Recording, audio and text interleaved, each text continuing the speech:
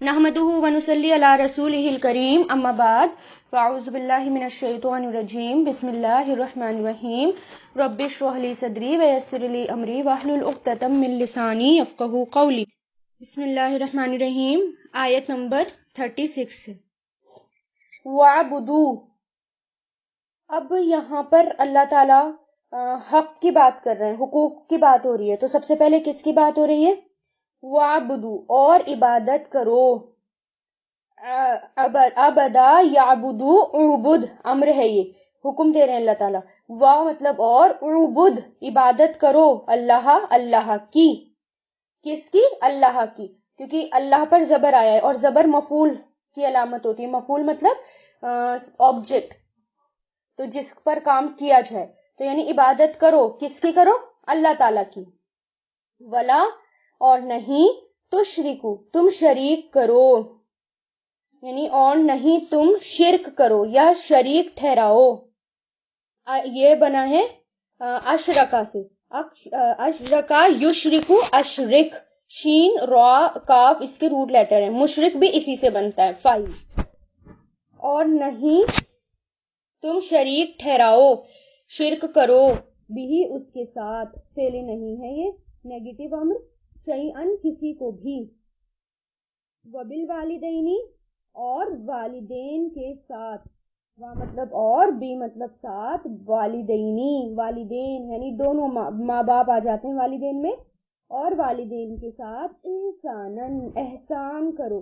احسان کا مطلب کیا ہوتا ہے؟ احسان کا مطلب ہوتا ہے کہ جس نے ہمارے ساتھ اچھا کیا ہے اس کو اس سے بڑھ کر اس کے ساتھ اچھا کیا جائے. یہ احسان ہوتا ہے. احسان کا مطلب یہ نہیں ہوتا کہ اس کو جو ہے آپ اس کے ساتھ اچھا برتاؤ کریں اور پھر کہیں دیکھو میں نے تمہارے اوپر احسان کیا. نہیں، یہاں پر عربی میں جو احسان ہوتا ہے وہ کیا ہوتا ہے کہ جس نے آپ کے ساتھ اچھا کیا، کوئی آپ کے ساتھ خیر کا کام کیا، تو آپ کیا کریں، اس سے بڑھ کر بدلہ دینے کی کوشش کریں. یعنی جتنا اچھا اس نے آپ کے ساتھ کیا ہے اس سے زیادہ اچھا ان کے ساتھ کیا جائے، وہ احسان ہوتا ہے. وَبِذِل قُرْبَى، با مطلب اور، بی مطلب ساتھ. ذل قربا، قرابت داروں کے، یعنی قریبی رشتہ داروں کے. جیسے زو ہوتا ہے نا، زو مطلب والا، اسی طرح زی بھی کیا ہوتا ہے؟ والا. اسی کی ایک شکل ہے یہ، زو زی. ٹھیک ہے. تو اور وَبِذِل قُرْبَى، اور قرابت داروں کے ساتھ، یعنی رشتہ داروں کے ساتھ، یعنی قریبی والے. کون ہو گئے؟ رشتہ دار. وَالْيَتَامَى، اور یتیموں کے. وَالْمَسَاكِينِ، اور مسکینوں کے. وَالْجَارِ، جار کہتے ہیں پڑوسی کو. ذِل قُرْبَى، ذی مطلب والے، اور قربا قریبی والے، یعنی پڑوسی قریب والے، یعنی جو بالکل پاس میں رہتے ہیں. وَالْجَارِ، اور پڑوسی. الجنوبی، اجنبی. جنوب مطلب اجنبی، یعنی جس کو جانتے ہیں ان کے ساتھ بھی اچھا سلوک کرنا اور جن کو نہیں جانتے ان کے ساتھ بھی اچھا سلوک کرنا. وَالصَّاحِبِ، اور ساتھی. دیکھیے یہاں پر تو رشتہ داروں کی بات آئی. والجاری، پڑوسی. اچھا ابھی سمجھاتی ہوں، پہلے اس آیت کو پورا کریں. والصاحبی، اور ساتھی. صاحب کس کو کہتے ہیں؟ ساتھی کو. بالجنبی، پہلو کے. پہلو کے مطلب، پہلو کس کو کہتے ہیں؟ سائیڈ کے. کروٹوں کو بھی پہلو کہتے ہیں. ہماری جو سائیڈز ہوتی ہیں ان کو پہلو کہتے ہیں، یعنی جو ہمارے ساتھ اٹھتے بیٹھتے ہیں، ہمارے ساتھ رہتے ہیں. وابن السبیلی، وابن السبیلی، اور مسافروں کے. وا مطلب اور، ابن کس کو کہتے ہیں؟ بیٹے کو. اور سبیل کس کو کہتے ہیں؟ راستہ، راستے کا بیٹا. راستے کا بیٹا کون کہلاتا ہے؟ مسافر. اور مسافروں کے ساتھ. وما، اور جو ملکت، مالک ہوئے. ملکہ یملکو سے بنا ہے، ملکت فیمیل کا صیغہ ہے. اور جو مالک ہوئے، ایمانکم، تمہارے دائیں ہاتھ، یعنی تمہارے لونڈی، غلام، باندیاں. ان اللہ، بے شک اللہ، لا یحب، نہیں وہ پسند کرتا. احبا یحبو سے بنا ہے، فعل مضارع، نہیں وہ پسند کرتا. من، جو، کانا ہو، مختالن، خود پسند. مختال کہتے ہیں خود پسند، یعنی جو اپنے آپ کو پسند کرتا ہو، جو پراؤڈی ہو، بیسیکلی پراؤڈی. فخورن، اور فخر کرنے والا. بوسٹ فل، جو اپنے آپ پر فخر کرتا ہے، فخر کرنے والا. ٹھیک ہے. اب یہاں پر حقوق کی بات ہوئی ہے، اور حقوق میں بھی سب سے پہلے کس کا حق آتا ہے؟ سب سے پہلے اللہ تعالیٰ کا حق آتا ہے، کیونکہ اللہ تعالیٰ ہمارے کریٹر ہے، اللہ تعالیٰ نے ہمیں بنایا ہے، ہمارے معبود ہیں اللہ تعالیٰ، اور تو اس میں سب سے پہلے اللہ تعالیٰ کی عبادت کی جائے، اللہ تعالیٰ کی عبادت کے ساتھ کوئی بھی کمپرومائز نہ کیا جائے، کیونکہ ہم دیکھیں کہ اللہ تعالیٰ کے ساتھ کمپرومائز، عبادتوں کے ساتھ کمپرومائز کرتے ہیں، کہ نمازی جو چیزیں ہمارے پر فرض ہیں وہ ہر حال میں فرض ہیں، اور فرض چھوڑنے کا عذاب بھی بہت شدید ہے، بہت سخت عذاب ہے، اگر ایک ٹائم کی نماز چھوڑ دی تو اس کے عذاب بہت سخت ہے، چھوڑنے تو دور کی بات، غفلت میں نماز پڑھنا بھی منع ہے، یعنی اتنی دیر میں نماز پڑھنا کہ ٹائم نکلا جا رہا ہے، جان بوجھ کر نماز ڈیلے کر دی اور ٹائم نکلا جا رہا ہے، پتہ چلا بھئی اب 5 منٹ بچے تو فٹافٹ بھاگو، تو یہ غفلت کی حالت میں ہوتی ہے، اور ایسے لوگوں کو بھی سخت تنبیہ ہے، منع کیا گیا ہے کہ نماز میں بلکہ جلدی کرنی چاہیے، کیونکہ آپ پڑھتے ہیں نا ارائیت الذی یکذب بالدین فذلک الذی یدعو الیتیم ولا یحض علی طعام المسکین فویل للمصلین الذین، یعنی ہلاکت ہے ان لوگوں کے لیے جو اپنی نمازوں میں غفلت برتتے ہیں، اور غفلت کا مطلب کیا ہوتا ہے؟ ہلاکت، دیکھیں ویل کا لفظ ہے، یعنی ہلاکت ہے، بربادی ہے، تباہی ہے ان لوگوں کے لیے جو نمازوں میں غفلت برتتے ہیں، اور غفلت یہاں پر چھوڑنا نہیں ہے، غفلت کا مطلب ہے یہاں پر کہ نماز سے غافل ہو جانا، اس کی پرواہ نہیں کرنا، بس بیٹھے ہوئے ہیں، ٹی وی دیکھ رہے ہیں تو دیکھ رہے ہیں، اور سردیاں آ رہی ہیں تو رضائی میں سے نکلنے کا من نہیں کر رہا تو نہیں نکل رہے، اور پتہ چلا نماز میں اب ٹائم نکلا جا رہا ہے تو اب بھاگو، تو یہ منافقت کی علامت ہوتی ہے، نماز میں ڈیلے کرنے کے لیے بھی منع کیا گیا ہے، چھوڑنا تو دور کی بات، اور پھر اس کے علاوہ روزے ہو گئے، زکوٰۃ، حج وغیرہ جتنے بھی اللہ تعالیٰ کے حق ہیں وہ ہمیں دینے ہی دینے ہیں، وہ حقوق اللہ ہیں، ان کی معافی نہیں ہے، تو سب سے پہلے حق میں کس کی بات آئی؟ اللہ تعالیٰ کے حق کی بات آئی، ان کے حق پورے کرنے، اور اسی طرح قرآن، کیونکہ قرآن کو اگر چھوڑ دیا تو پتہ ہی نہیں چلے گا کہ اللہ تعالیٰ کے حقوق کیا ہیں اور ہمیں کرنا کیا ہے کیا نہیں کرنا، تو اس کے معاملے میں بھی بہت زیادہ پوزیسو رہیں، جیسے ہم کانشیس رہتے ہیں اسکول کی پڑھائی کے لیے بچوں کی، اور کالجز کی پڑھائی کے لیے ہم کانشیس رہتے ہیں، پوزیسو رہتے ہیں، اسی طرح اپنے بچوں کے لیے بھی، اپنے قرآن کے علم کے لیے بھی بہت زیادہ پوزیسو رہیں، اس سے زیادہ پوزیسو رہیں، کیونکہ یہ اگر چھوٹ گیا تو آپ کی بھی پکڑ ہوگی اور آپ کے بچوں کی بھی پکڑ ہوگی اور سب کی پکڑ ہوگی، اس لیے اس کو فرسٹ پرائیورٹی پر رکھیں۔ پھر اس کے بعد ولا تشرکو، اللہ تعالیٰ کے ساتھ شرک نہ کرو، اللہ تعالیٰ کے ساتھ نہ تو چھوٹا شرک کرنا نہ بڑا شرک کرنا، کیونکہ مسلمان بڑا شرک تو نہیں کرتے لیکن ان باتوں کا دھیان نہیں رکھتے اور وہ شرک میں آتا ہے، جیسے کہ اب چڑھتا چاند ہے، اب اترتا چاند ہے، چاند کی بڑھتی ہوئی تاریخ ہے تو اس میں رشتے کر لو، اس میں شادیاں کر لو، چاند کی اترتی ہوئی تاریخ ہے تو اس میں رشتے کرنا منع ہو جاتا ہے کہ بھئی غلط ہو جائے گا، تو وہ جو رسمیں اور جو سپرسٹیشس ہندوؤں میں تھے، غیر مسلموں میں تھے، وہ ہم میں بھی آ گئے، ان کا دیکھا دیکھی ان کے کلچر ہمارے اندر آنا شروع ہو گئے، تو یہ سب اللہ تعالیٰ کے ساتھ شرک کرنا ہے کہ ان دنوں میں مت کرو، محرم میں مت کرو، یہ تو غلط ہو جائے گا، گناہ ہو جائے گا، کوئی غلط کام ہو جائے گا، تو ہم اچھائی اور برائی اللہ کے ہاتھ میں، نیکی اور بدی اللہ کے ہاتھ میں، فائدہ اور نقصان اللہ کے ہاتھ میں، ہر چیز اللہ تعالیٰ کے ہاتھ میں، تو ہمیں ان سب باتوں پر یقین بھی نہیں کرنا، صرف اور صرف اللہ تعالیٰ کی ہی عبادت کرنی ہے، اس کے ساتھ کسی کو شرک نہیں کرنا، مورتی چاہے کھڑی بھی ہو چاہے وہ لیٹی بھی ہو، بات تو ایک ہی ہے، شرک شرک ہوتا ہے۔ اسی طرح مزاروں پہ جانا، ان کے آگے سجدہ کرنا، چاہے سجدہ تعظیم ہو چاہے سجدہ عبادت کا ہو، دونوں ہی شرک ہوتے ہیں، کیونکہ آپ صلی اللہ علیہ وسلم کی شریعت میں تعظیم کے لیے بھی سجدہ نہیں کیا جا سکتا، کسی کے آگے جھکا بھی نہیں جا سکتا، ہم جیسے سلام کے لیے ہلکا سا جھک جاتے ہیں نا، تو وہ بھی جھکنے کو منع کیا گیا ہے، ایسا نہ ہو کہ اس میں وہ بھی شرک میں آ جائے کہ اس کے سامنے جھکے ہیں، جھکنا نہیں ہے، آپ صلی اللہ علیہ وسلم بھی نہیں جھکتے تھے۔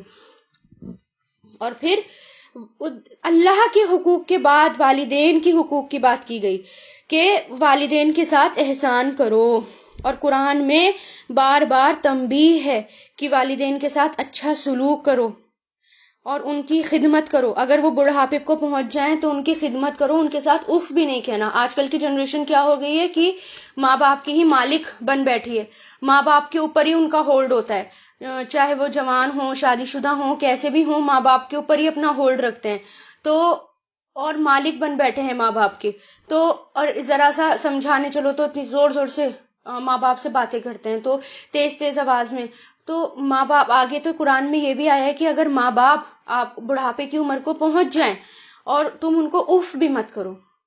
یہ بہت سخت گناہ ہے. یہ گناہ ہماری نیکیاں کھا جاتے ہیں. اگر ہم والدین کے ساتھ احسان نہیں کریں گے، والدین کو ہم ان کا دل دکھائیں گے تو اللہ تعالیٰ ہم سے ناراض ہوں گے. اگر ان کو خوش رکھیں گے تو اللہ تعالیٰ بھی خوش ہوں گے. والدین کی نافرمانی ایسا گناہ ہے جس کی سزا دنیا میں بھی ملتی ہے اور آخرت میں بھی ملتی ہے، کیونکہ حدیثوں میں بھی آتا ہے کہ یہ ایسا کبیرہ گناہ ہے کہ جس کی سزا دنیا میں بھی ہے اور آخرت میں بھی، اور یہ ہمارے ساری نیکیاں کھا جاتا ہے. ہم نیکیاں کرتے رہتے ہیں، نمازیں پڑھتے رہتے ہیں، لیکن والدین کے ساتھ اونچی آواز میں بات کریں یا ان کے حق نہ دیں تو ہماری ساری نیکیاں ضائع ہو جاتی ہیں.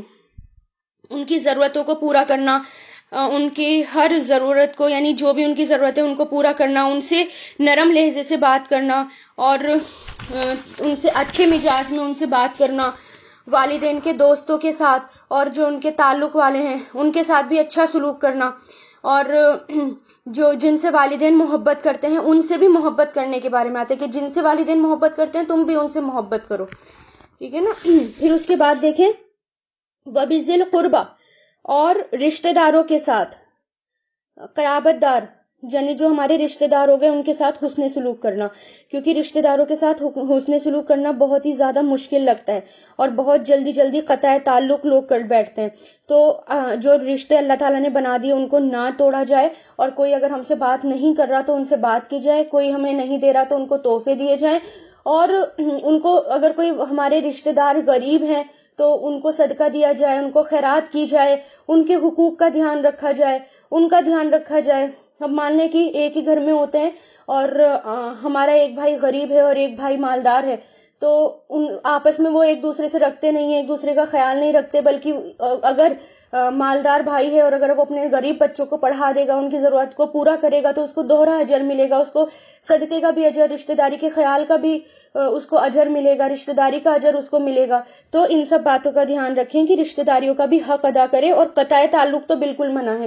اگر کسی نے رشتے توڑ دیے تو وہ جنت میں داخل نہیں ہو سکتا، جیسے کہ پہلے بھی گزر چکا ہے کہ آپ سب نے فرمایا رشتے توڑنے والا جنت میں داخل نہیں ہوگا. تو اپنی طرف سے تو رشتے نہ توڑیں، اگر کسی نے توڑ بھی دیا تو آپ کم سے کم اس سے سلام رکھیں اور اس سے تھوڑی سی بول چال، کم سے کم اس کے حال چال اور اس کی خیر خبر رکھیں اور اس سے سلام تک رکھیں. ایسا نہ کریں کہ بالکل ہی اس سے قطع تعلق کر دیں. کوئی نہیں بول رہا تو وہ اس کے اعمال ہیں اور آپ کے اپنے اعمال ہیں، اس کو اس کی قبر میں جانا ہے اور ہمیں ہماری قبر میں جانا ہے. تو کوئی ہم سے نہیں بول رہا تو ہمیں اس سے بولنا ہے. اور یتیم کا بار بار آ چکا کہ یتیموں کا بہت زیادہ خیال رکھنا ہے، اور یتیموں کے بارے میں پیچھے بھی گزر چکا کہ ان کے ساتھ حسن سلوک کرنا ہے، ان کو اپنے ساتھ اچھا کھلانا پلانا ہے. جس طرح اپنے بچوں کو پالتے ہیں اس طرح یتیموں کو بھی پالنا ہے، ان کے ساتھ فرق نہیں کرنا، اور ان کے حقوق کا دھیان رکھنا، ان کے پراپرٹی کا دھیان رکھنا، ہر چیز کا. والمساکین، اور مسکینوں کے ساتھ یعنی جو غریب ہیں ان کے ساتھ بھی اچھا سلوک کرنا. والجاری ذی القربی، اور پڑوسی قرابت والے، پڑوسی یعنی قریبی والے جو پڑوسی ہیں، پڑوسیوں کا حق ادا کرنا، کیونکہ بہترین مومن وہ ہے جس کے ہاتھ اور زبان سے دوسرے مسلمان محفوظ رہیں، اور اچھا مومن وہ ہے، ایک اور روایت میں آتا ہے کہ وہ بہترین مومن ہے جس سے اس کا پڑوسی بھی خوش رہے. تو پڑوسی کے بھی بہت زیادہ حق آتے ہیں، پڑوسیوں کا دھیان رکھنا، کیونکہ جس کا پڑوسی جس سے پریشان ہے اس کے لیے بھی سخت عذاب ہے. دیکھیے حدیث میں یہ بھی آتا ہے کہ آپ صلی اللہ علیہ وسلم نے فرمایا اور ارشاد فرمایا کہ بعض پڑوسی وہ ہیں جن کا صرف ایک حق ہے، کچھ پڑوسی وہ ہیں جن کے دو حق ہیں بس، اور کچھ وہ ہیں جن کے 3 حق ہیں. ایک حق والا پڑوسی وہ ہے جو غیر مسلم ہے، جس سے کوئی رشتہ داری نہیں ہے. 2 حق والا پڑوسی وہ ہے جو پڑوسی ہونے کے ساتھ مسلمان بھی ہے. 3 حق والا پڑوسی وہ ہے جو پڑوسی بھی ہے، مسلمان بھی ہے اور رشتہ دار بھی ہے. یعنی ان سب کا دھیان رکھنا ہے، پڑوسیوں کا بھی دھیان رکھنا ہے. والجاری جنبی والجاری الجنوبی، ٹھیک ہے. اور پڑوسی اجنبی، اس میں کون سے آ جاتے ہیں؟ پڑوسی، اور خاص کر اس کا حق زیادہ ہے جو رشتہ دار بھی ہوں. ٹھیک ہے، تو اس میں جو ہے رشتہ دار بھی آ جاتے ہیں، جنوبی میں دور کے پڑوسی بھی آ جاتے ہیں، رشتہ دار بھی آ جاتے ہیں، کیونکہ اجنبی یعنی جو دور کے رشتہ دار ہوتے ہیں ان کے ساتھ حسن سلوک کا حکم دیا گیا. اس میں اہل محلہ بھی آ گئے. ٹھیک ہے, محلے والے بھی ہو گئے. اپنے محلے کا دھیان رکھنا, کیونکہ 40 گھر تک اگر کسی کا پڑوسی بھوکا سو گیا اور ہم پیٹ بھر کر سو گئے تو پھر اس پر بھی ہلاکت ہے. یعنی جو پیٹ بھر کے سو گیا اور اس کا پڑوسی بھوکا سو رہا ہے تو اس پر بھی ہلاکت ہے. بالکل سخت تنبیہ فرمائی ہے. تو اپنے محلے کا بھی, اور اس میں کوئی بھوکا تو نہیں ہے, ان سب باتوں کا دھیان رکھنا. اور پھر اس میں آ جاتا ہے آگے دیکھیں, وَصَاحِبِ بِالْجَنْبِ, اور ساتھی پہلو کے. یعنی اس میں وہ تمام لوگ شامل ہیں جو ساتھ اٹھتے ہیں بیٹھتے ہیں, جیسے جہاد میں ہوتے ہیں یا ہمارے کلیگس ہوتے ہیں یا ہمارے آفس میں ہوتے ہیں, جو بھی ہمارے ساتھ اٹھتے بیٹھتے ہیں ان کا خاص دھیان رکھا جائے. ٹھیک ہے, اور ان کو جو ہے ان کی ضرورتوں کا بھی دھیان رکھا جائے. جیسے پانی کے بارے میں آتا ہے کہ اگر ہمارے پاس پانی ہے اور ہمارا ساتھ بیٹھا ہوا ہے کوئی, یا ہمارے سفر میں کوئی ہمارے ساتھ جا رہا ہے, ساتھ بیٹھ کر اگر ہماری ضرورت پوری ہو گئی تو اگر وہ پانی مانگے تو اس کو پانی دے دینا ہے, ورنہ سخت عذاب ہے اس کے لیے بھی جو پانی نہ دے, اس پر اللہ تعالیٰ کی لعنت ہے. ایک ٹیم میں کام کرنے والے لوگ جو ہوتے ہیں وہ اسی میں آتے ہیں, وَالصَّاحِبِ بِالْجَنْبِ, ایک ٹیم میں کام کرنے والے, ایک دوسرے کا خیال رکھنا.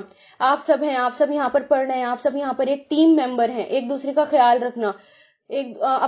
کوئی نہیں آ رہا تو اس کا دھیان رکھنا, اس کی ضرورت پوچھنا, کہیں پریشانی تو نہیں ہے, آپ کو اتنے دن سے نہیں دیکھا کلاس میں, کوئی آپ آئی نہیں, آپ جوائن نہیں ہو رہی ہیں, کوئی پریشانی تو نہیں ہے. اگر ان سب کا باتوں کا دھیان رکھیں گے تو قرآن کا بھی حق ادا کریں گے اور ثواب بھی آپ کو ملے گا, اپنے صاحب بالجنبی اس کا حق ادا کرنے کا بھی ثواب ملے گا آپ کو. اسی طرح ان کے ساتھ سلام میں پہل کرنا, مسکرا کر پیش آنا, ان کے کاموں کی اور محنت کی قدردانی کرنا. یعنی جیسے کلیگس ہیں اور کوئی باس ہے تو اپنے کلیگس کی کام کی قدردانی کریں, ٹیچر ہیں اسٹوڈنٹس کی قدردانی کریں, تو اس طرح ان کے کام کی قدردانی کریں, ان کو سپورٹ کریں, ان کو اپریشیٹ کریں. اور پھر وابن سبیل, مسافر میں اب مسافروں کا بھی دھیان رکھیں. اگر کسی کے پاس کوئی ضرورت نہیں ہے, کوئی پریشان ہے تو اس کا دھیان رکھیں, اس کی پریشانی دور کریں.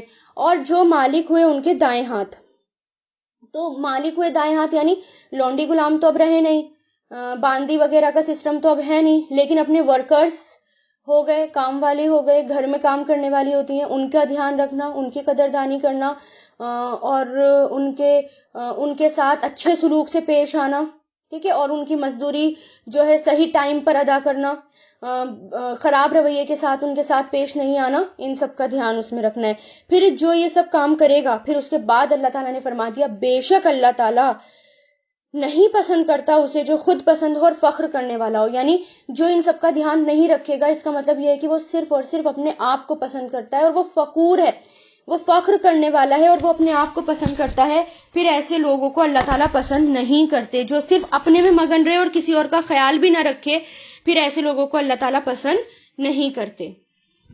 پھر کچھ حدیثیں آتی ہیں کہ ایک بار آپ صلی اللہ علیہ وسلم نے 3 مرتبہ فرمایا, اللہ کی قسم وہ شخص مومن نہیں, اللہ کی قسم وہ شخص مومن نہیں, اللہ کی قسم وہ شخص مومن نہیں.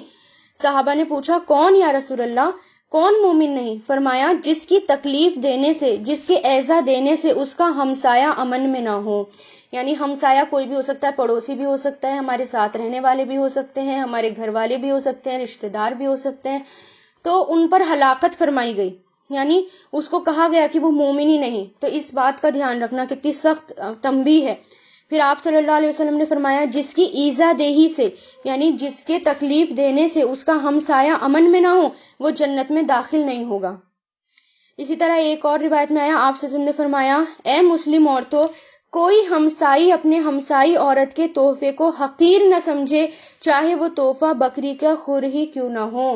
یعنی اگر کوئی ایک دوسرے کو تحفہ دینے, کیونکہ تحفہ دینا سنت ہوتا ہے, تحفہ دینے سے محبتیں بڑھتی ہیں, ایک دوسرے کو تحفے دینے چاہیے, لیکن تحفہ کوئی دے رہا ہے وہ اپنی حیثیت سے دے رہا ہے, کوئی دوسری یہ نہ کہے کہ دیکھو یہ کیسا دے دیا, یہ دیکھو یہ کیا دے دیا, یہ کتنی بیکار چیز دے دی, اس سے تو نہ ہی دیتی. ہم اس طرح کی باتیں کرتے ہیں. تو چاہے وہ تحفہ بکری کا خر ہی کیوں نہ ہو, بکری کا خور آپ دینا جس کی ویلیو نہیں ہوتی, کالا کالا سا ہوتا ہے, اس کا تو کوئی وہی نہیں ہوتا, اس کو کچھ کرا بھی نہیں جا سکتا اس کا, پھر بھی آپ نے کیا کہا کہ بالکل حقیر نہ سمجھے, اگر تحفے میں وہ دیا ہے تو اس کی بھی قدر کریں, اس کو پلٹ کر کچھ نہ بولیں.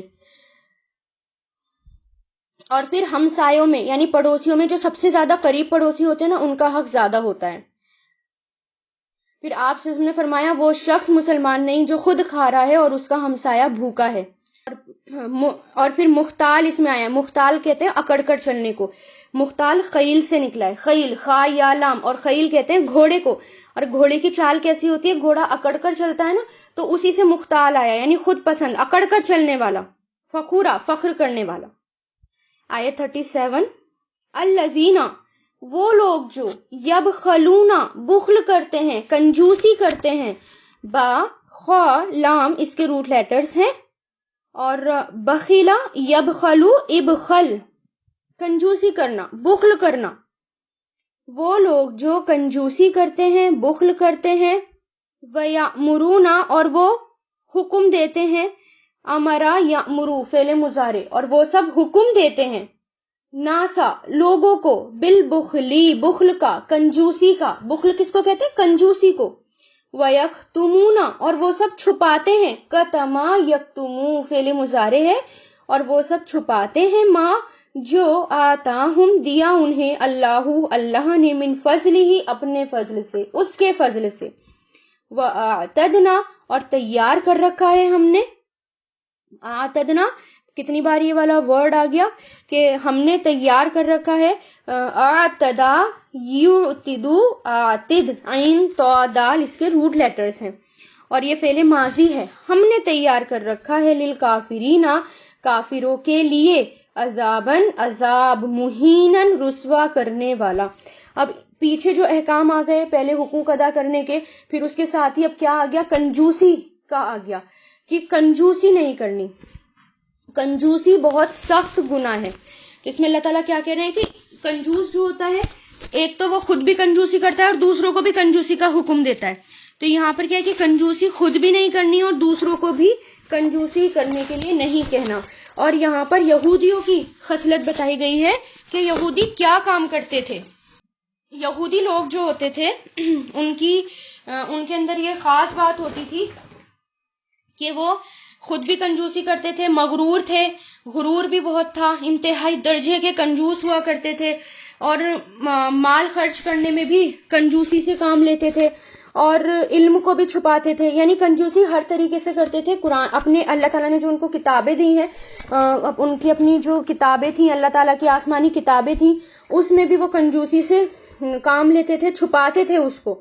یہ نا جو چھپاتے ہیں اس کو جو دیا ان کو اللہ نے, چاہے کچھ بھی دیا ہو, چاہے قرآن کا ہے اس کو چھپانا, یا اللہ تعالیٰ نے کوئی چیز دی ہو, کوئی ضرورت کا سامان, دنیا کی ضرورت کا سامان دیا ہو, اس کو چھپانا, تو وہ یہی کام کرتے تھے.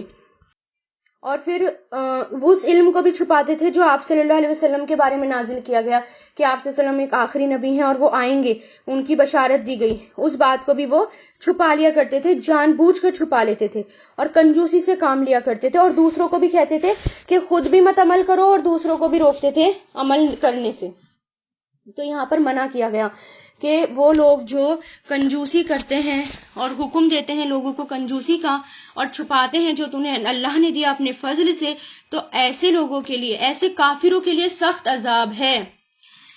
تو کنجوسی کا نتیجہ کیا ہوتا ہے؟ یعنی بخیل کون شخص ہوتا ہے, کنجوس کون شخص ہوتا ہے؟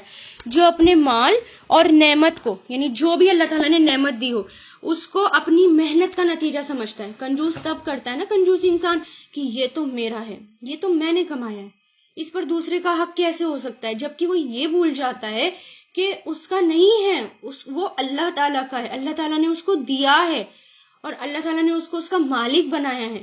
اب اس کا اب اس کے اوپر یہ واجب ہو گیا کہ وہ دوسروں کو بھی دے, کیونکہ اللہ تعالیٰ نے اس کی ضرورت پوری کری تو وہ دوسروں کی ضرورت پوری کرے.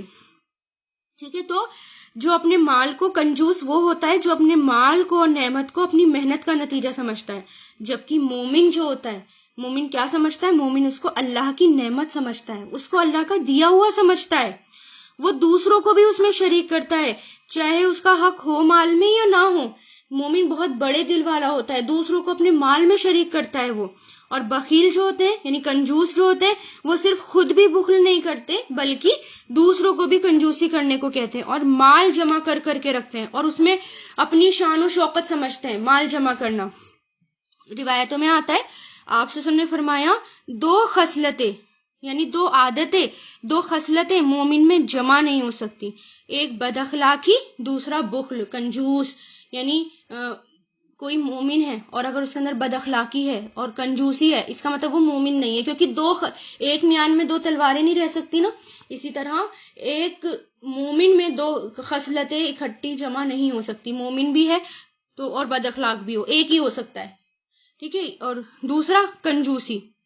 بخیل لوگ اللہ تعالیٰ کو پسند نہیں. روایتوں میں آتا ہے آپ صلی اللہ علیہ وسلم نے ہر نماز کے بعد بخل سے پناہ مانگی ہے.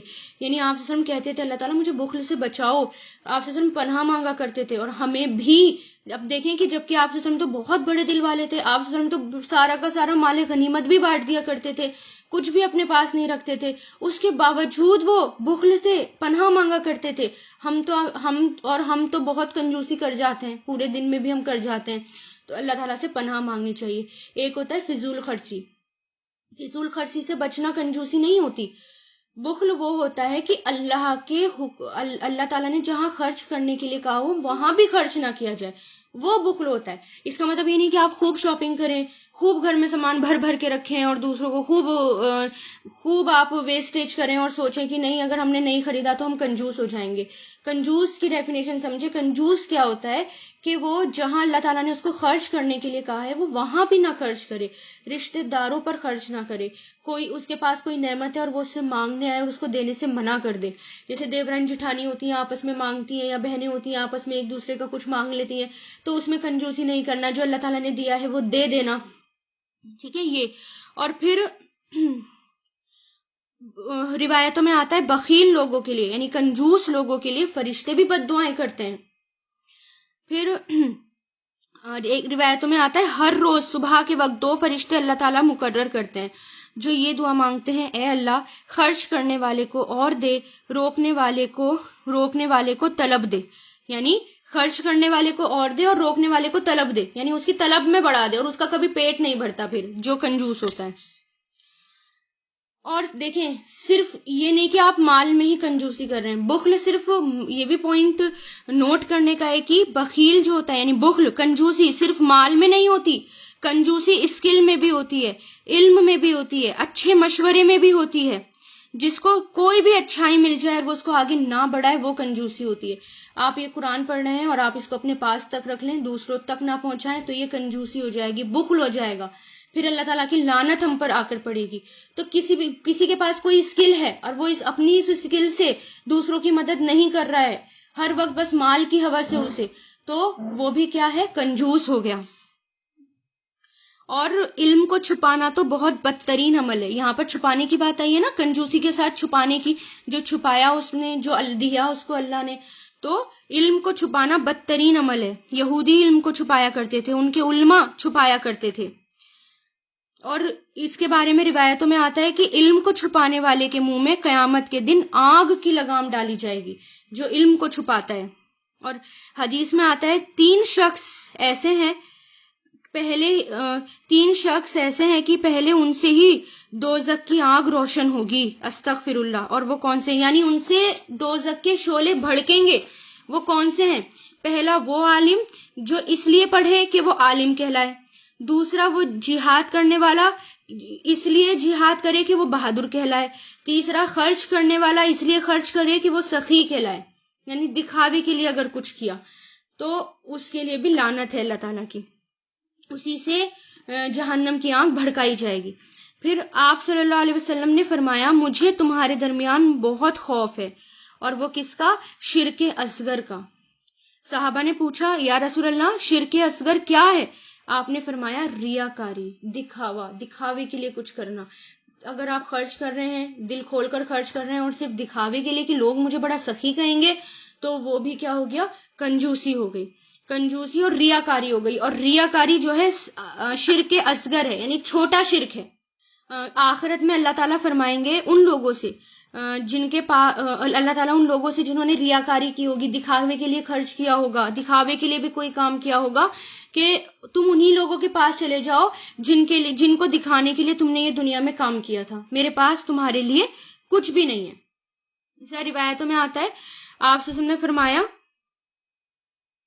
کہ جس نے دکھاوے کی نماز پڑھی اس نے شرک کیا، جس نے دکھاوے کا روزہ رکھا اس نے شرک کیا، جس نے دکھاوے کا صدقہ کیا اس نے شرک کیا۔ ایسے لوگ جو ریاکاری میں نیکیاں کرتے ہیں وہ تو اللہ اور آخرت پر ایمان ہی نہیں رکھتے۔ ایسے لوگ دراصل شیطان کے دوست ہیں، اور جس کا دوست شیطان بن جائے وہ بدترین ساتھی ہے۔ یعنی پھر وہ سمجھے اپنے آپ کو کہ شیطان کے دوست ہیں وہ۔ آپ صلی اللہ علیہ وسلم روایتوں میں آتا ہے، آپ صلی اللہ علیہ وسلم نے فرمایا آدمی میں سب سے بدترین چیز بے صبر پن کے ساتھ بخل اور حد سے زیادہ بزدل ہونا ہے۔ یعنی بزدلی جو ہے انسانوں کو آگے بڑھنے نہیں دیتی، اور کنجوسی اس کو وہیں روک لیتی ہے۔ تو یہ نہیں ہونا چاہیے ہمارے اندر۔ اور پھر بخل کرنے والے کی مثال ایسے شخص کی ہے جو ایسا لباس پہنتا ہے جو اسے جکڑ لیتا ہے، یعنی وہ خود ہی اپنے اس میں جکڑ جاتا ہے۔ پھر آگے دیکھیں تو یہ بھی ہے کہ دیکھیں کنجوسی پر میں نے اس لیے بات کری اتنی کہ کنجوسی ہمیں پتہ ہی نہیں ہوتی کہ کنجوسی ہے کیا، اور انسان کنجوسی کرتا رہتا ہے اور اس کی ساری نیکیاں ضائع ہو جاتی ہیں۔ تو اس معاملے میں بھی محتاط رہنا ہے، کیونکہ ہم دینے کے معاملے میں بہت کنجوس ہو جاتے ہیں۔ ہم جو ہیں جب ہمارے پاس کوئی چیز آتی ہے اور کوئی ہم سے مانگنے آتا ہے تو ہم کنجوس ہو جاتے ہیں، یا ہم کسی کو خرچ کرنے کے لیے کسی پر کہیں تو ابھی ہم نے اپنے بچوں کو یہ دیا ہے، اپنے بچوں پر اتنا پیسہ لگایا ہے، کروڑ پیسے اپنے بچوں پہ لگا دیے، اب ان کا خرچہ کہاں سے اٹھائیں؟ جبکہ آپ اپنے بچوں کا اٹھا رہے ہیں۔ چلیے اللہ تعالیٰ نے دیا ہوا ہے، لیکن اس کے بعد بھی ہم سمجھتے ہیں کہ ہمارے پاس نہیں ہے۔ غریب ایک ہوتا ہے کہ ہے ہمارے پاس اور اس کو بھی روک لینا، ٹھیک ہے، وہ کنجوس ہوتا ہے۔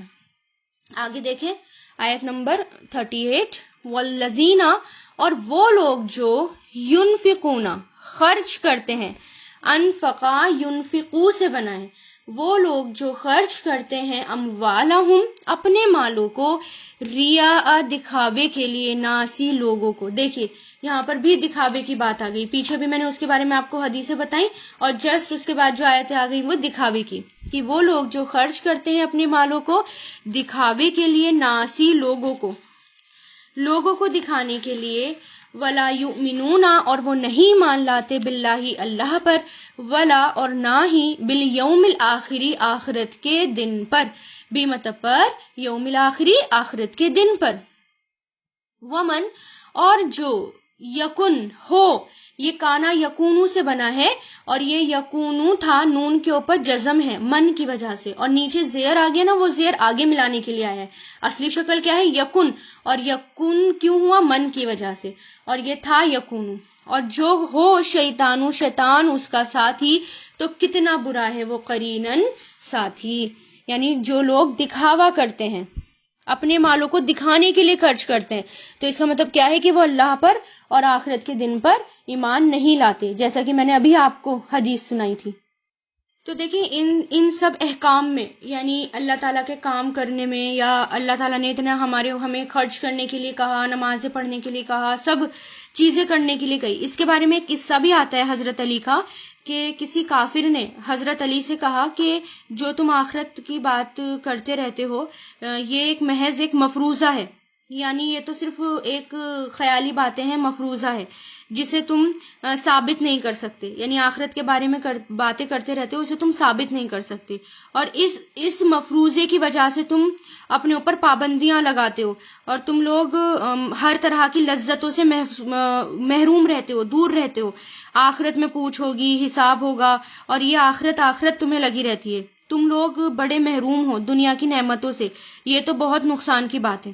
تو اس پر حضرت علی نے اس کا جواب دیا کہ ہم جتنا بھی وقت اللہ کی عبادت کرتے ہیں، یعنی اللہ کی عبادت میں لگے رہتے ہیں، وہ تو یقینی ہے، یعنی وہ تو سچ ہے، کم سے کم ہم اتنی دیر بری باتوں سے اور برے کاموں سے تو بچے رہتے ہیں اتنی دیر تک کے لیے، اور اگر مال خرچ کرتے ہیں تو اس کا بھی کسی ضرورت مند کو فائدہ ہو ہی جاتا ہے، پھر ہمیں ان کاموں سے بھی خوشی ہوتی ہے۔ اور رہی دنیا کی لذتیں اور ان سے مزے اڑانے کی بات، تو یہ تو چند دنوں کی ہے، موت کے بعد تو ہم اور تم برابر ہوں گے، مرنے کے بعد اگر تمہارا خیال درست ثابت ہوا تو ہمیشہ کی راحتیں اور نعمتیں ملیں گی، اور یعنی اگر مرنے کے بعد تمہارا خیال غلط ثابت ہوا تو یعنی تم جو یہ سوچتے ہو آخرت نہیں ہوگی، لیکن اگر آخرت ہوئی تو ہمیں کیا ملے گا؟ بہت ساری نعمتیں ملیں گی اور راحتیں ملیں گی، اور تمہیں کئی طرح کی مصیبتیں اور جہنم کا عذاب ہوگا، اور یہ ہمیشہ کا عذاب ہوگا۔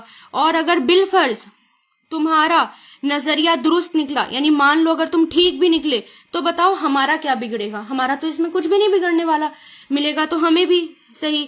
تو لہٰذا اچھی طرح سوچ لو کہ خطرے میں کون ہے، تم لوگ ہو یا ہم لوگ ہو. یہ سن کر اسے تھوڑا ہوش آیا اور پھر وہ ایمان لے کر آیا. ٹھیک ہے، حکمت کے لیے میں نے آپ کو یہ قصہ بتایا کہ ہمارے سامنے بھی ایسے لوگ آ جاتے ہیں اور وہ کہتے ہیں کہ اس کا کیا ثبوت ہے کہ آخرت ہوگی یا مرنے کے بعد اللہ تعالیٰ کے پاس جانا ہے اور ساری لذتوں سے محروم رہتے ہو. تو حضرت علی نے بہت اچھا جواب دیا تھا، تو ہم بھی اس طرح کا جواب دے سکتے ہیں کہ بالفرض اگر ہم ٹھیک نکلے تو ہمیں تو سب کچھ ملے گا، ٹھیک ہے، لیکن اگر تم ٹھیک نکلے تو ہمارا بھی کچھ نہیں بگڑے گا، لیکن اگر ہم ٹھیک نکلے تو تمہارا بہت کچھ بگڑے گا، تمہیں بہت ساری مصیبتوں کا سامنا کرنا پڑے گا. تو اس طرح یہ جواب ہم بھی دے سکتے ہیں.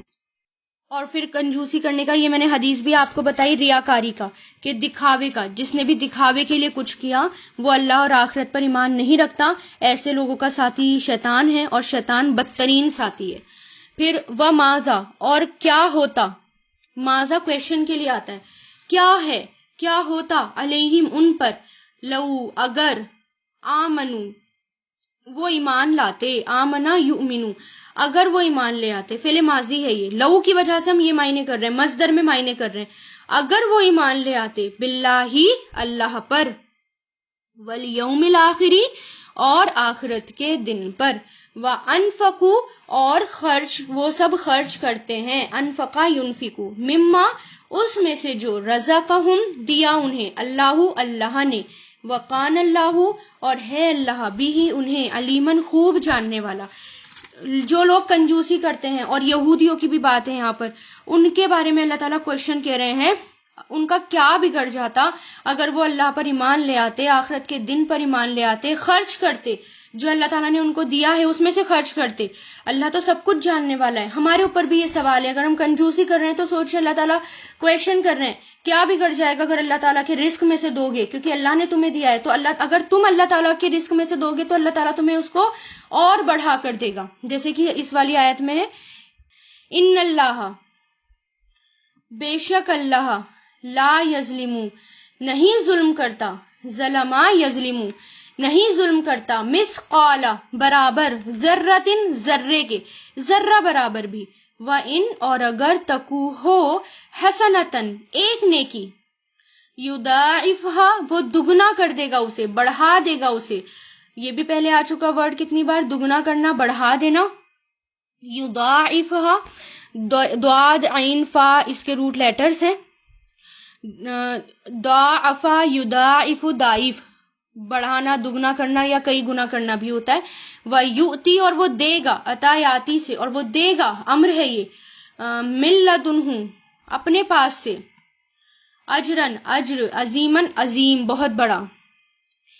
نہیں یہ امر نہیں ہے، یؤتی یعنی دے گا وہ، عطا یؤتی سے بنا ہے مضارع، اور آتی مضارع ہے، اور وہ دے گا اپنے پاس سے اجر بہت بڑا.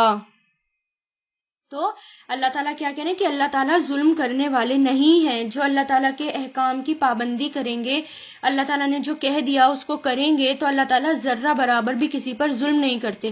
اگر کسی نے ایک نیکی بھی کی ہوگی تو اللہ تعالیٰ اس کو دگنا کر دے گا اور اس کو کئی گنا بڑھا دے گا، اور اپنے پاس سے بہت زیادہ اجر اللہ تعالیٰ اس کو دے گا. کیونکہ حدیثوں میں آتا ہے، روایتوں سے پتہ چلتا ہے کہ کچھ اعمال ایسے ہوتے ہیں جن کا ثواب 20-20 لاکھ تک گنا تک بھی زیادہ ہو جاتا ہے، یعنی کئی گنا بڑھا دو اس تک بھی اس کا ثواب پہنچ جاتا ہے.